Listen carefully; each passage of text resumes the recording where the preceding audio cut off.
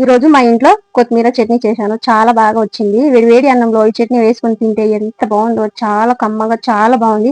మీరు కూడా ఇలా ట్రై చేయండి, మీకు డెఫినెట్ గా నచ్చుతుంది. ఇలా కడాయి పెట్టుకొని అందులో 1 టీ స్పూన్ నూనె వేసుకొని, శనగపప్పు 2 టీ స్పూన్, మినపప్పు 2 టీ స్పూన్, 2 టీ స్పూన్ ధనియాలు వేసుకొని దోరగా వేపుకోవాలి. వేపుకున్న తర్వాత బౌల్ వేసేసుకొని చల్లార్చుకోవాలి. అదే కడాయిలో 1 టీ స్పూన్ నూనె వేసుకొని పచ్చిమిరకాయలు, ఆనియన్, టమాటో, సాల్ట్ వేసుకొని అలాగే కొంచెం సేపు మగ్గాక అందులో మనం కడిగి పెట్టుకున్న కొత్తిమీర కూడా ఇందులో వేసేసుకొని 4-5 నిమిషాలు లో ఫ్లేమ్ లోనే మగ్గనివ్వాలి.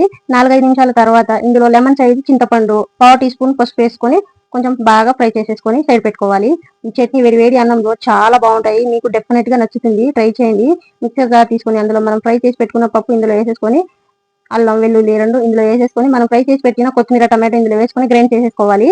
తాలింపు కోసం ఒక కడాయి పెట్టుకొని అందులో నూనె వేసేసుకొని జీలకర్ర ఆవాలు వేసుకొని కొంచెం ఇంగువ వేసుకోవాలి, టేస్ట్ బాగుంటాయి. మనం గ్రైండ్ చేసి పెట్టుకున్న చట్నీ ఇందులో వేసేసుకొని మొత్తం కలిసేటట్టు బాగా కలుపుకొని మనకి టేస్ట్ కి సరిపడా సాల్ట్ వేసుకొని మొత్తం కలిసేటట్టు కలుపుకొని స్టవ్ ఆఫ్ చేసి దించడమే. మా ఇంట్లో అయితే ఈ రోజు సింపుల్ గా కొత్తిమీర చట్నీ రసము ఈ 2 కాంబినేషన్ అయితే చాలా బాగుంది.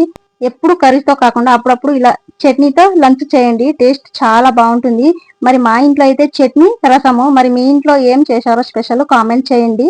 ఈ వీడియో మీకు నచ్చినట్లయితే లైక్, షేర్, సబ్స్క్రైబ్ చేయడం మాత్రం అస్సలు మర్చిపోవద్దు. ప్లీజ్ సపోర్ట్ చేయండి ఫ్రెండ్స్. Bye bye.